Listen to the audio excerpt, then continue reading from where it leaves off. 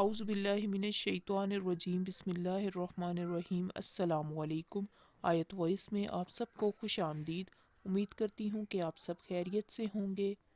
ایک ماں لکھتی ہے، وہ بھی کیا دن تھے جب میرا گھر ہنسی مذاق اور لڑائی جھگڑے کی آوازوں سے گونجتا تھا۔ ہر طرف بکھری ہوئی چیزیں، بستر پر پینسلوں اور کتابوں کا ڈھیر، پورے کمرے میں پھیلے ہوئے کپڑے۔ میرا پورا دن ان کمروں کو صاف کرنے اور چیزیں سلیقے سے رکھنے کے لیے ڈانٹنے میں گزرتا۔ صبح کے وقت ایک جاگتے ہی کہتا، ماما مجھے ایک کتاب نہیں مل رہی۔ دوسرا چیختا، میرے جوتے کہاں ہیں؟ ایک منٹ بناتا، میری ہوم ورک ڈائری۔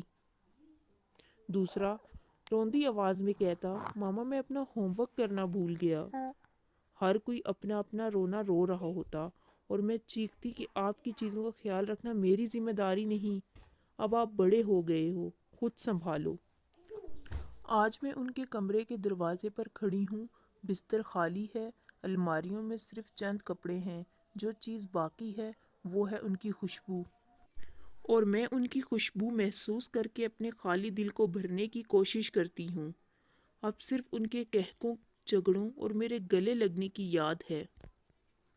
آج میرا گھر صاف ہے، سب کچھ اپنی جگہ پر ہے، یہ پرسکون، پرامن اور خاموش ہے، زندگی سے خالی ایک صحرا کی طرح۔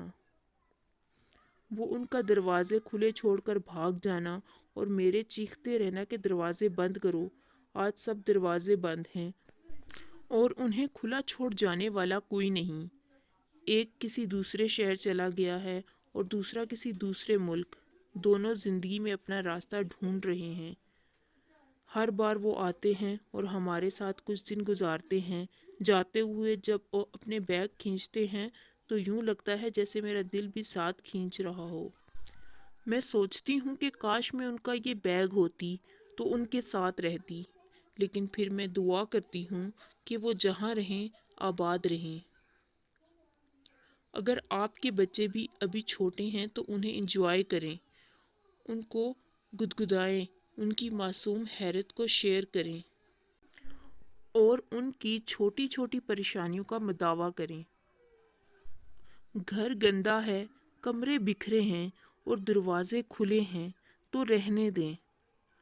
یہ سب بعد میں بھی ٹھیک ہو سکتا ہے، لیکن بچوں کے ساتھ یہ وقت آپ کو دوبارہ نہیں ملے گا۔